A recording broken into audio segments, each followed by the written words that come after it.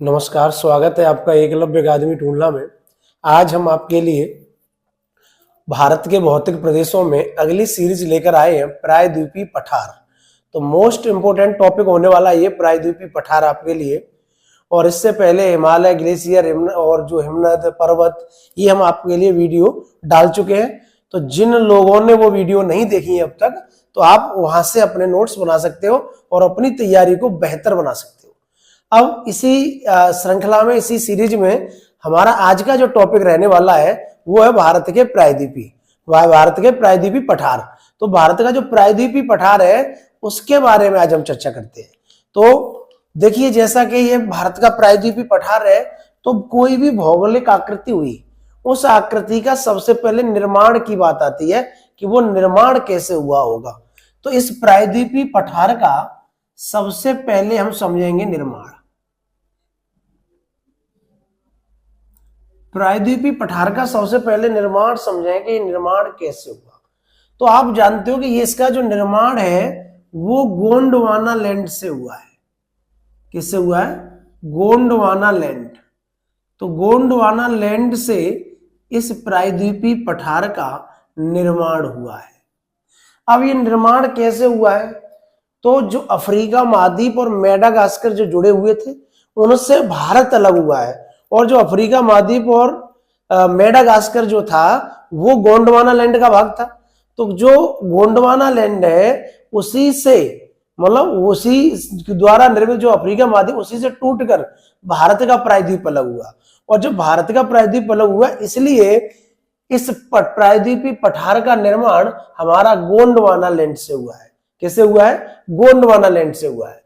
अगर हम इसकी बात करें कि इसकी जो आंतरिक भाग है, तो इस प्रायद्वीपीय पठार का जो आंतरिक भाग है, वो आंतरिक भाग आर्कियन चट्टानों से बना है। कैसी चट्टानों से बना है? आर्कियन चट्टानों से बना है, इसलिए ये कठोर है। आर्कियन चट्टानों से बना है, आर्कियन चट्टानों से बना है। तो ये जो आप जो मैप देख रहे हो, ये प्रायद्वीपीय पठार, पूरा ये प्रायद्वीपीय पठार है, पूरा प्रायद्वीपीय पठार है। ठीक है, तो जो प्रायद्वीपीय पठार का आंतरिक भाग किससे बना है? आर्कियन चट्टानों से। निर्माण किससे हुआ है? गोंडवाना लैंड से प्रायद्वीपीय पठार का निर्माण हुआ है। अब हम बात करते हैं इसके आकृति की। अगर आप आकृति देखोगे तो इस प्रायद्वीपीय पठार की आकृति कैसी है? तो अगर हम इनको मिलाने का प्रयास करें, इनको हम मिलाएं, तो आप देखोगे एक त्रिभुज बनेगा। कैसा बनेगा? त्रिभुज। तो इसकी आकृति जो प्रायद्वीपीय पठार की है वो त्रिभुजाकार आकृति है। कैसी आकृति है? त्रिभुजाकार। तो प्रायद्वीपीय पठार किस प्रकार, किस आकृति का है? त्रिभुजाकार आकृति का है। अब हम बात करते हैं इसका विस्तार। तो इसका विस्तार कितना है? तो आप ये समझ लीजिए कि ये इसका नॉर्थ साइड है और ये इसकी साउथ है। तो नॉर्थ से साउथ ये 1600 किलोमीटर लंबा है, यानी उत्तर से दक्षिण 1600 किलोमीटर इसकी लंबाई है। और अगर हम पूर्व पश्चिम देखें, ये हमारा पूर्व है और ये हमारा पश्चिम है। पूर्व से पश्चिम हम देखें तो 1600 किलोमीटर तो लंबाई हो गई, और पूर्व से पश्चिम इसकी जो चौड़ाई है वो है 1400 किलोमीटर। कितने किलोमीटर है? 1400। तो प्रायद्वीपीय पठार का जो विस्तार है 1600 किलोमीटर लंबा और 1400 किलोमीटर ये प्रायद्वीपीय पठार चौड़ा है। तो बताओ, बात ये समझ में आई कि नहीं आई? अब बात आती है कि ये जो प्रायद्वीपीय पठार है, ये प्रायद्वीपीय पठार का ही एक हिस्सा है। ये मेघालय का पठार किसका हिस्सा है? मेघालय का पठार। तो जो मेघालय का पठार है वो प्रायद्वीपीय पठार आप देखोगे ये यहां तक है, पश्चिम बंगाल तक, फिर उसके बाद मेघालय अलग हो गया। तो ये मेघालय का और इसका जो गैप हुआ है, तो वो किसने अलग किया है? तो आप यहां से इसको समझ लीजिए कि जो प्रायद्वीपीय पठार है, प्रायद्वीपीय पठार वह मेघालय के पठार, मेघालय के पठार, जिसे शिलांग का पठार कहते हैं, तो मेघालय के पठार को मालदा गैप अलग करता है। कौन अलग करता है? मालदा गैप अलग करता है। मालदा गैप अलग करता है। तो मालदा गैप अलग करता है इसको। तो मालदा गैप अलग करता है, ठीक है। प्रायद्वीपीय पठार और मेघालय के पठार को मालदा गैप अलग करता है। तो ये हिस्सा जो है वो मालदा गैप का है कि मालदा गैप उन दोनों को अलग करेगा। अब हम बात करते हैं कि जो प्रायद्वीपीय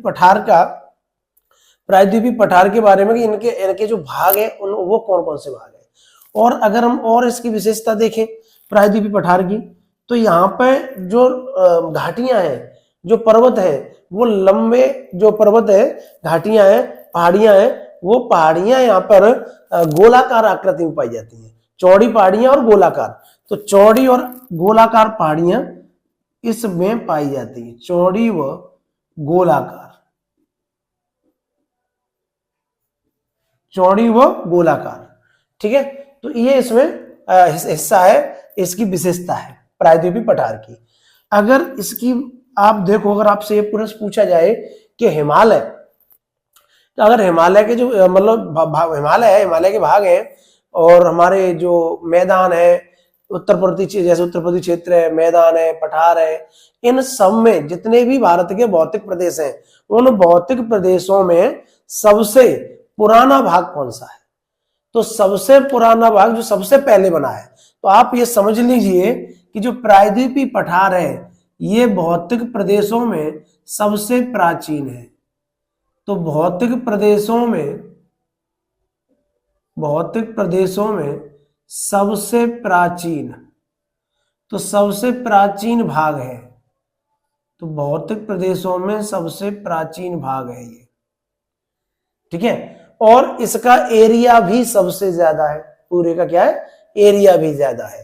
तो ये प्रायद्वीपीय पठार के बारे में आपको परिचय रहा कि प्रायद्वीपीय पठार क्या है। तो एक बार फिर से समझते हैं कि प्रायद्वीपीय पठार का निर्माण किससे हुआ है?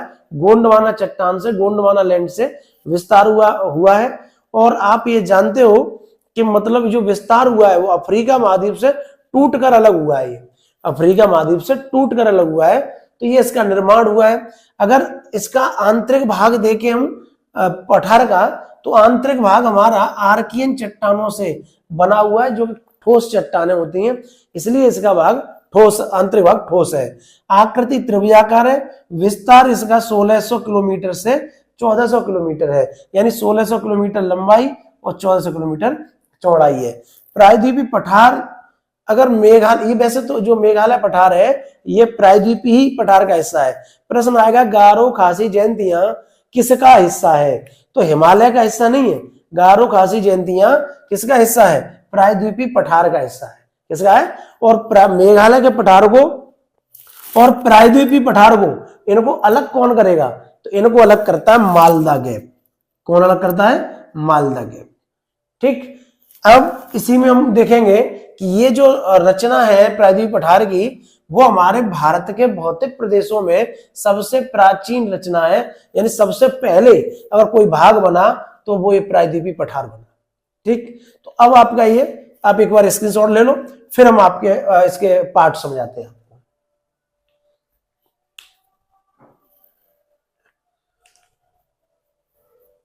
अब देखिए इसके जो भाग हैं, प्रायद्वीपीय पठार को किन भागों में पढ़ा जाता है, ठीक, उनके बारे में देखते हैं। फिर हम उनके बारे में एक एक करके चर्चा करेंगे। तो देखिए सबसे पहले प्रायद्वीपीय पठार के भाग। तो प्रायद्वीपीय पठार को दो भागों में बांटा जाता है। एक को कहते हैं मध्य उच्चवर्ती भूमि, मध्य उच्चवर्ती भूमि, ठीक है। दूसरा है हमारा दक्कन का पठार।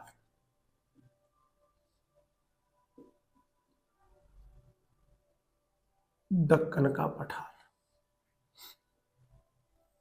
अब मध्य उच्चवर्ती भूमि क्या है? मध्य उच्चवर्ती भूमि का मतलब है कि धरातल से ऊंचे, धरातल से ऊंचाई। और पठार का मतलब क्या होता है कि धरातल से ऊंचा, पर्वत से थोड़ा कम, और उसकी जो आकार जो मतलब आकार होता है वो छत के जैसा होता है, सपाट होता है। तो जो पठार बनते हैं वो आप जानते हो, वो इस प्रकार के पठार बनते हैं, उनकी आकृति इस प्रकार की होती है।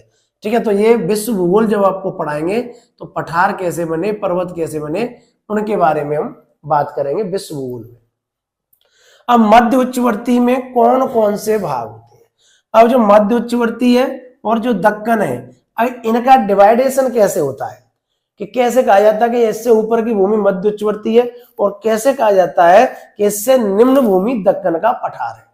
तो इन दोनों के जो बीच में विभाजक रेखा है, वो विभाजक रेखा है नर्मदा नदी। तो ये कौन सी नदी है? नर्मदा। तो नर्मदा नदी इनको ये नर्मदा नदी को आधार माना गया है कि नर्मदा नदी से ऊपर का जो क्षेत्र है वो मध्य उच्चवर्ती भूमि में आएगा और नर्मदा नदी से जो नीचे का क्षेत्र है वो दक्कन के पठार में आएगा। तो अब मध्य उच्चवर्ती भूमि में कौन कौन से पार्ट आते हैं उनको समझते हैं। नंबर एक, तो नंबर हम एक समझेंगे इसमें, ये है हमारा अरावली। तो आप जानते हो अरावली पर्वत श्रेणी, तो ये नंबर एक मध्य उच्चवर्ती में आएगा अरावली, अरावली पर्वत श्रेणी। और इसको हम पढ़ा चुके हैं आपको, अरावली पर्वत श्रेणी को, लेकिन फिर भी थोड़ी चीजें और इसमें समझाएंगे हम। तो अरावली पर्वत श्रेणी, ये जो आपको दिखाई दे रहा है ये वाला हिस्सा, ये जो क्षेत्र है ये वाला, ये है मालवा का पठार। किसका पठार है? मालवा का पठार। तो जो मालवा का पठार है ये हमारा इसी क्षेत्र में आएगा, मध्यवर्ती उच्चवर्ती भूमि में आएगा मालवा का पठार। नंबर तीन आप इसके ऊपर ये देख रहे हुए, उसके उत्तर में, मालवा के पठार के उत्तर में, इसको कहते हैं बुंदेलखंड का पठार, बुंदेलखंड। तो ये हमारा तीसरा है बुंदेलखंड का पठार, बुंदेलखंड का पठार।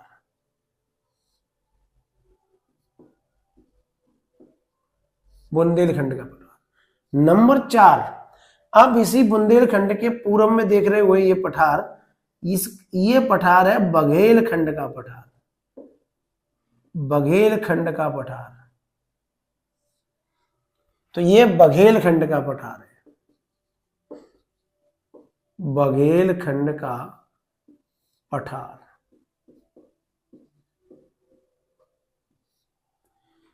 अगला नंबर है 5वां। इस बघेलखंड के बाद आपको ये हिस्सा दिखाई दे रहा होगा और ये सबसे इंपॉर्टेंट पठार है, और ये है छोटा नागपुर पठार। ये कौन सा है? छोटा नागपुर पठार।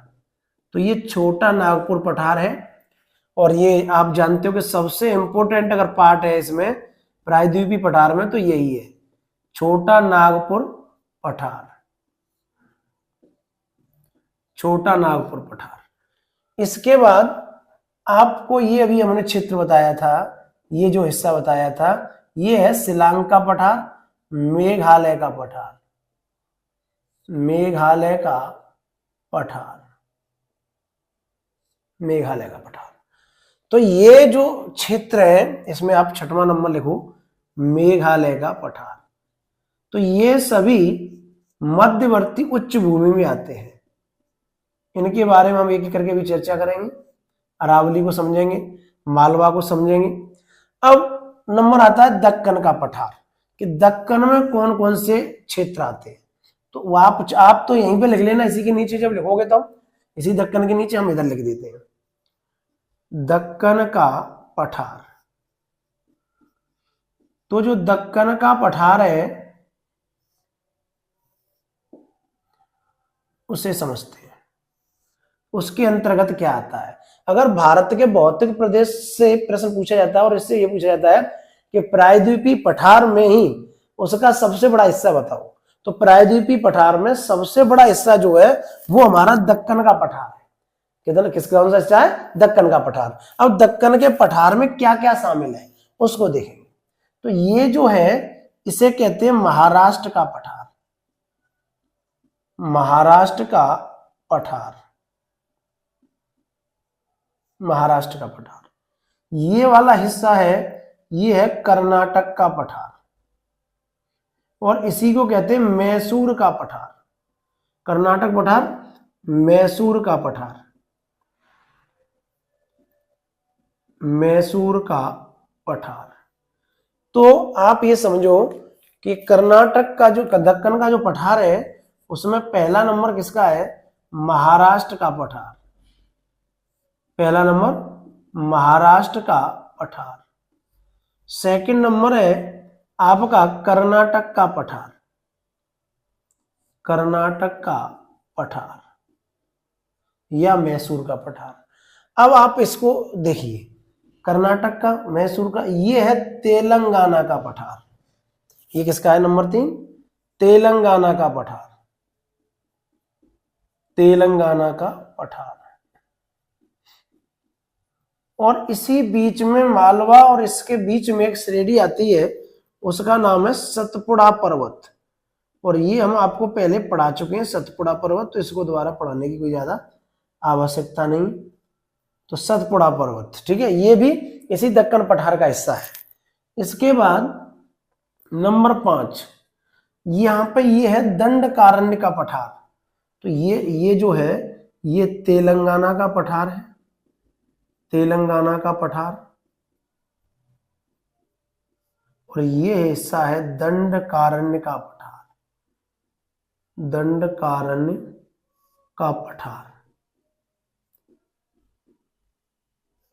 तो ये इसमें पांचवा आ जाएगा दंडकारण्य का पठार, दंडकारण्य का पठार। और इसके नंबर 6 आ जाएगा आपका तेलंगाना का, लिख दिया, ठीक, तेलंगाना लिख दिया। नंबर 6 आ जाएगा इसी में एक और है तमिलनाडु का पठार, तमिलनाडु का पठार। अब इसी दक्कन के पठार में 2 क्षेत्र आते हैं इंपोर्टेंट, वो आप समझिए। ये आपको जो गैप दिखाई दे रहा है, ये जो गैप दिखाई दे रहा है, ये आपका पश्चिमी घाट है। ये आपका क्या है? पश्चिमी घाट। तो ये जो गैप है इनके बीच में आपको जो दिखाई दे रहा है, ये आपका पश्चिमी घाट है। तो पश्चिमी घाट और पूर्वी घाट, इन दोनों के लिए हम अलग से वीडियो बनाएंगे, आपके लिए अलग से टॉपिक लेके आएंगे, तो मोस्ट इंपोर्टेंट है।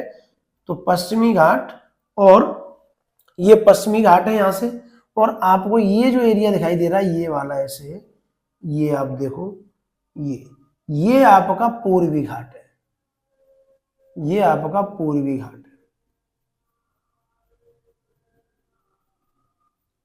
ये पूर्वी घाट है। तो इसके लिए हम अलग से पढ़ाएंगे, हालांकि अभी इसमें समझा दे रहे हैं आपको पूर्वी घाट। तो ये पूर्वी घाट और पश्चिमी घाट, तो ये इसी का हिस्सा है दक्कन का ही। तो पश्चिमी घाट भी इसका हिस्सा है और इसका हिस्सा पूर्वी घाट भी है। तो इस तरीके से ये इनके हिस्से हैं, इनके पार्ट है। तो इस प्रकार से ये बटा हुआ है। तो उम्मीद है ये आपको समझ में आया होगा कि प्रायद्वीपीय पठार किन किन भागों में बटा हुआ है और किन किन भागों में कौन कौन से भाग किस किस्म में आते हैं। दक्कन के पठार में कौन कौन से टॉपिक आएंगे और मध्य उच्चवर्ती भूमि में कौन कौन से टॉपिक आएंगे। अब हम सबसे पहले पढ़ेंगे मध्य उच्चवर्ती भूमि का एक एक करके टॉपिक। तो आप इसको स्क्रीनशॉट इसका ले लीजिए या आप इसको नोट कर लो, फिर हम पढ़ते हैं मध्य उच्चवर्ती भूमि के बारे में। ठीक,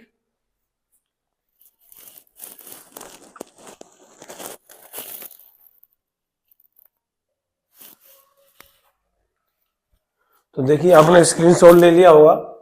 अब हम एक एक करके पढ़ते हैं मध्यवर्ती उच्च भूमि को। ठीक है, तो पहला आप समझें इसमें अरावली के बारे में।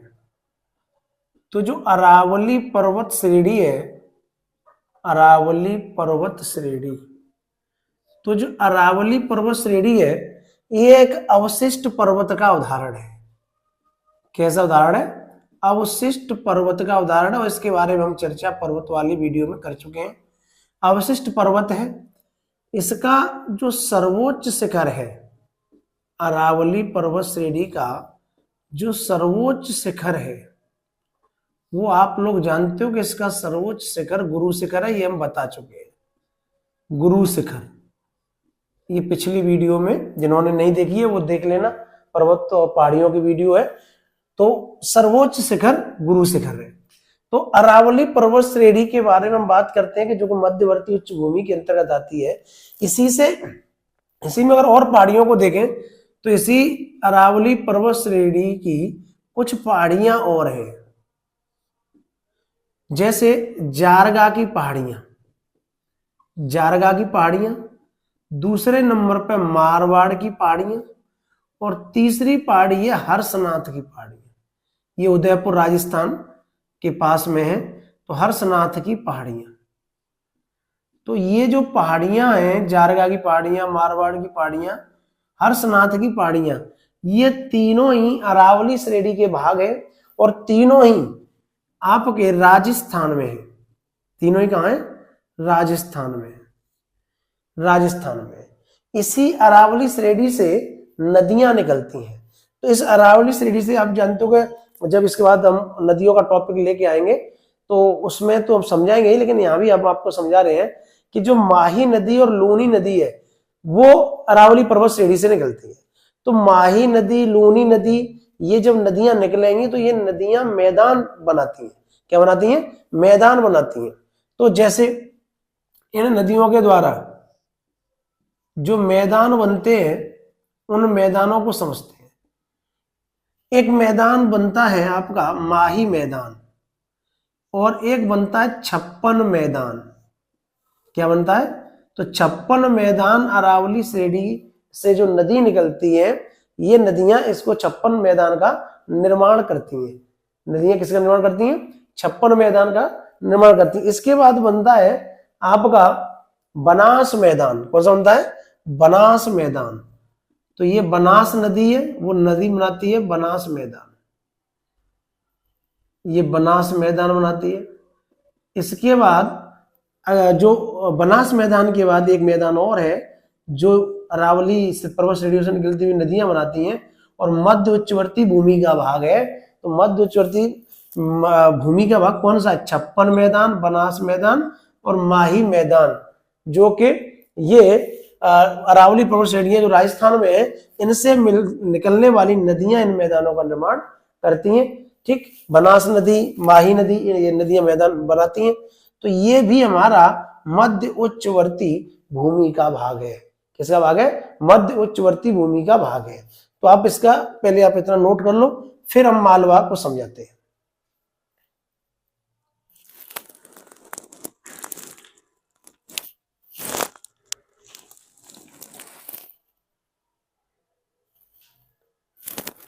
देखो ये नोट हो गया होगा आपका।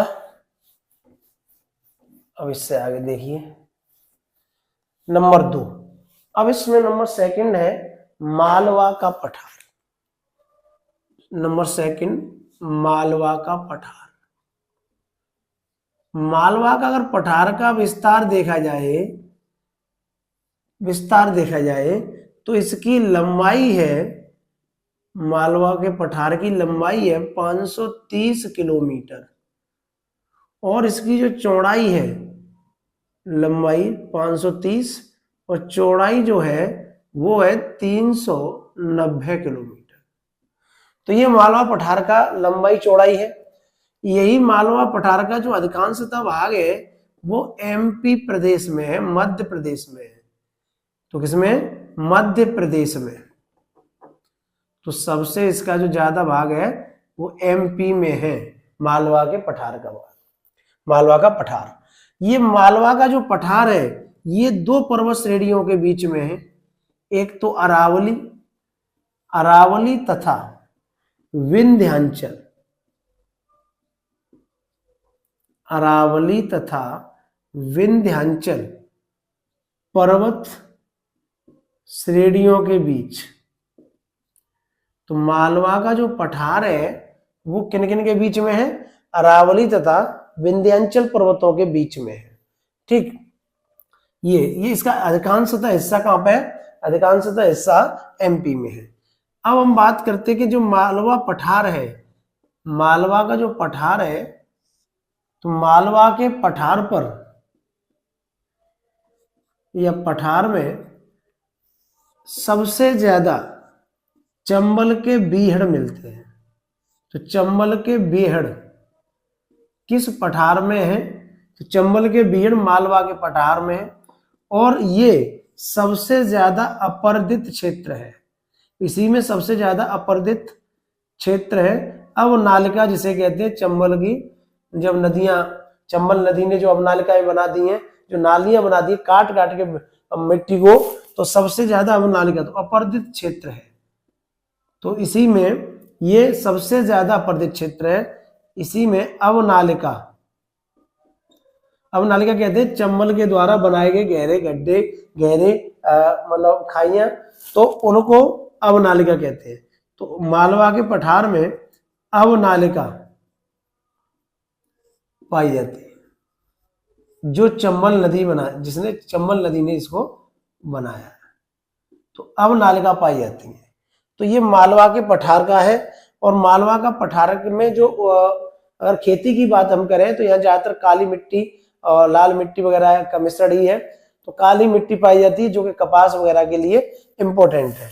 ठीक, तो आप इसका स्क्रीनशॉट ले लीजिए।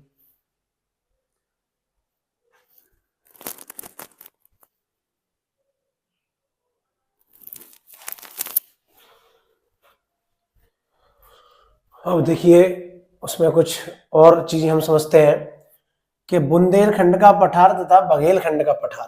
तो ये जो बुंदेलखंड का पठार है और जो बुंदेलखंड का एरिया है वो एमपी और अधिकांशतः भाग एमपी में ही है। यूपी में झांसी, ललितपुर, ये और इलाहाबाद के पूर्वी क्षेत्र, ये सब बुंदेलखंड एरिया बोला जाता है। और इस बुंदेलखंड का एक अपना इतिहास रहा है। अगर लोक गायकी के हिसाब से देखा जाए तो जो आला उदल जो सैनिक थे उनसे ये बुंदेलखंड का जो क्षेत्र है उसको पहचान मिलती है। तो अगर हम भौतिक चीजों में देख रहे हैं फिजिकली, तो आप उसको समझिए कि बुंदेलखंड का जो पठार है वो एमपी में है। कहां पे? एमपी में है। तो बुंदेलखंड का पठार एमपी में है। इस पठार की सर्वोच्च चोटी बाबा है। तो बाबा इसकी सर्वोच्च चोटी है। पर्यटन स्थल इस पर खजुराहो मंदिर।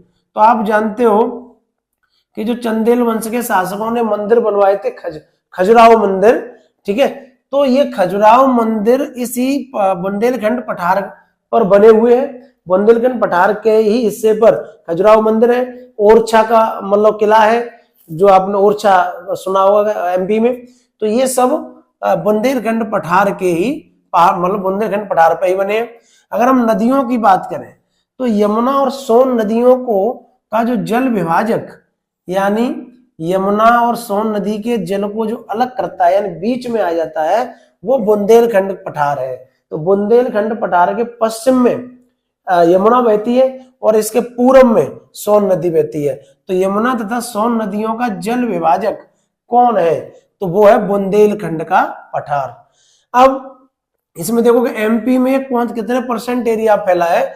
तो एमपी में ये 7.7% एरिया पे फैला है। एमपी के ज्यादातर मतलब काफी हिस्सा घिरता है ये बुंदेलखंड का पठार। अब बघेलखंड का जो पठार है वो है तो एमपी में ही। रीवा, सतना ये जो जिले हैं वो बघेलखंड के पठार पर ही स्थित है। बघेलखंड के पठार के क्षेत्र में ही आते हैं। तो इसलिए एमपी में इसका अधिकांशतः पार्ट है बघेलखंड का। और बुंदेलखंड के ये पूर्व में पड़ता है। बुंदेलखंड क्या पड़ेगा? दक्षिण पूर्व में पड़ेगा, पूर्व में भी और दक्षिण में भी। तो बुंदेलखंड के दक्षिण पूर्व में पड़ता है। ये जो बघेलखंड है यूपी में जो सोनभद्र जिला है, यूपी का जो सोनभद्र जिला है जिसकी सीमा 4 स्टेटों से लगती है, वो सोनभद्र का क्षेत्र इसी बघेलखंड पठार के अंतर्गत आता है। तो यूपी में मात्र सोनभद्र है जो इस बघेलखंड के अंतर्गत आता है। इसके बाद देखते हैं छोटा नागपुर पठार। ये मोस्ट इंपोर्टेंट पठार है। तो छोटा नागपुर पठार सबसे ज्यादा इसलिए इंपोर्टेंट है कि सबसे ज्यादा खनिज मिलते हैं इस पठार से। तो सबसे ज्यादा खनिज किस पठार से मिलते हैं? तो सबसे ज्यादा खनिज मिलते हैं, सबसे ज्यादा खनिज मिलते हैं, तो सबसे ज्यादा खनिज मिलते हैं छोटे नागपुर पठार से। इसका जो एरिया है वो है 1239 वर्ग किलोमीटर। अगर हम दक्कन का एरिया की बात करें कि पूरे दक्कन का बताइए आप, तो दक्कन के पठार का क्षेत्रफल कितना है? तो दक्कन के पठार का जो एरिया है वो लगभग 7 लाख वर्ग किलोमीटर है। दक्कन के पठार का एरिया 7 लाख वर्ग किलोमीटर है और छोटा नागपुर पठार का एरिया 87,239 वर्ग किलोमीटर है। इसी छोटा नागपुर पठार की कुछ शाखाएं हैं, छोटे छोटे पठार हैं जो इसी के अंतर्गत आते हैं, जिनको अलग नामों से जाना जाता है। हजारी पठार, कोडरमा पठार और रांची पठार, ये तीनों पठार इसी छोटे नागपुर पठार का हिस्सा है। तो हजारीबाग पठार, कोडरमा पठार और रांची का पठार, ये तीनों ही छोटे नागपुर पठार का हिस्सा है। बोल बात समझ में आई कि नहीं आई? इसके बाद अगर हम छोटे नागपुर का विस्तार देखें कि ये पठार कहाँ कहाँ है, तो ये पठार आपका झारखंड में है और ये पश्चिम बंगाल में। तो झारखंड पश्चिम बंगाल में इसका विस्तार है ज्यादा से ज्यादा। इसी पर पहाड़ियां हैं, छोटा नागपुर पठार के का पार्ट है राजमहल की पहाड़ियां। राजमहल की पहाड़ियां, दामोदर भ्रंश घाटी, ये दोनों छोटा नागपुर पठार के ही हिस्सा हैं। इसके बाद कुछ नदियां जो छोटा नागपुर पठार से हुई होकर बहती हैं, वो है दामोदर, सोन नदी, स्वर्णरेखा और महानदी। ये जो नदियां हैं, ये नदियां छोटे नागपुर से होकर पठार से ही बहती हैं। अब हम बात करते हैं मेघालय के पठार की। तो मेघालय का पठार इसलिए प्रसिद्ध है क्योंकि वहां पे ये 3 पहाड़ियां पाई जाती हैं, गारो, खासी, जयंतियां। तो गारो, खासी, जयंतियां किसका हिस्सा है? प्रायद्वीपी पठार का। और प्रायद्वीपी पठार में भी किस पठार का हिस्सा है? तो छोटा नागपुर पठार का हिस्सा है। बोलो ये बात आप लोगों को समझ में आई कि नहीं आई? तो ये आपका हुआ मध्यवर्ती उच्च भूमि। अब हम पढ़ाते हैं दक्कन का पठार, तो आप इतना नोट कर लो, फिर हम आपको दक्कन का पठार पढ़ाते हैं।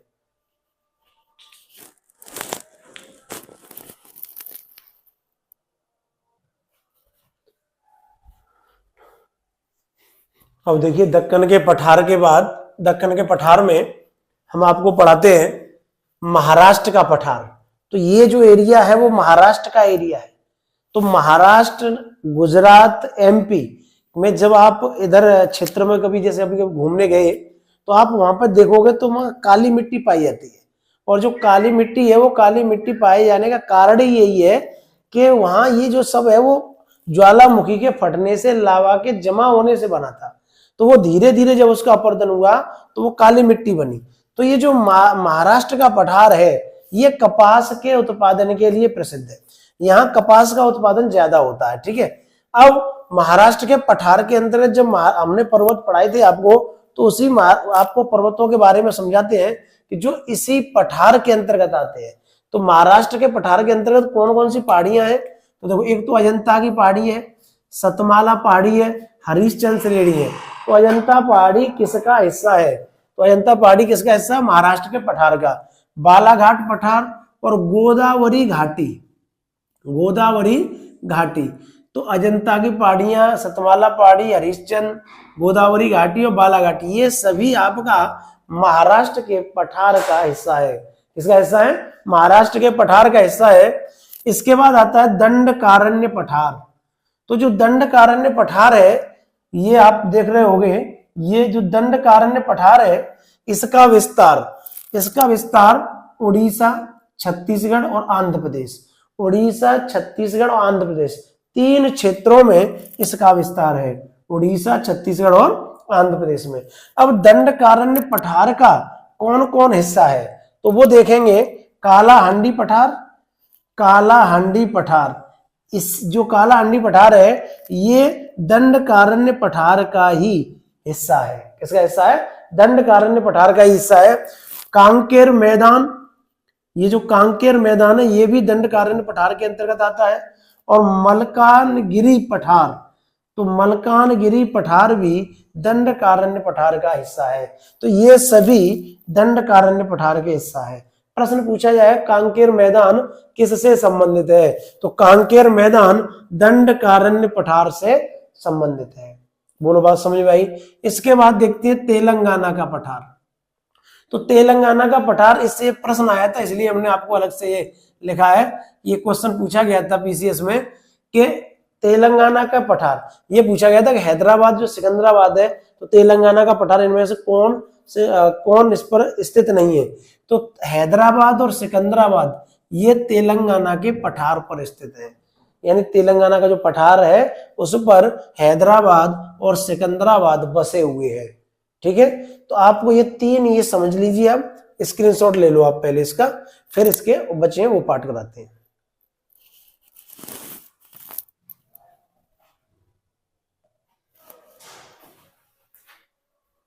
अब देखिए कि तमिलनाडु का जो पठार है उसके बारे में और समझ लेते हैं कि तमिलनाडु का पठार है तो जावदा, सेवराय और पंचमलाई, पंचमलाई, सेवराय और जावदा, ये जो पहाड़ियां हैं तमिलनाडु में, ये तमिलनाडु के पठार का ही हिस्सा है। तो तमिलनाडु के पठार का हिस्सा कौन कौन सी पहाड़ियां हैं? पंचमलाई, सेवराय और जावदा। ठीक, अब इसी मालवा का जो हमने आपको पठार पढ़ाया था उसमें एक इम्पोर्टेंट टॉपिक पॉइंट है उर्मिल मैदान। आपसे पूछा जाएगा कि उर्मिल मैदान बताइए कहाँ पाए जाते हैं और किस पठार से संबंधित है। तो ये एमपी में है और किस पठार से संबंधित है? मालवा के पठार से। ये उर्मिल मैदान क्या है कि ये जो उर्मिल मैदान है इसका मतलब है चपटी पहाड़ियां पाई जाए, जहां चपटी पहाड़ियां पाई जाए, तो जहां चपटी पहाड़ियां मिले, तो जिस मैदानों में चपटी पहाड़ियां मिले वो मैदान उर्मिल मैदान होते हैं, यानी उनकी विशेषता है चपटी पहाड़ियां मिलेंगी। अब इसमें एक जो पॉइंट था आपका सतपुड़ा पर्वत का, तो सतपुड़ा पर्वत को हमने इस बार इसमें शामिल इसलिए नहीं किया क्योंकि ये हम आपको पहले पढ़ा चुके हैं। ठीक है, तो आप पर्वतों वाली वीडियो देखकर उसको आप कंप्लीट कर सकते हैं, वहां हमने विस्तार से इसको पढ़ाया है।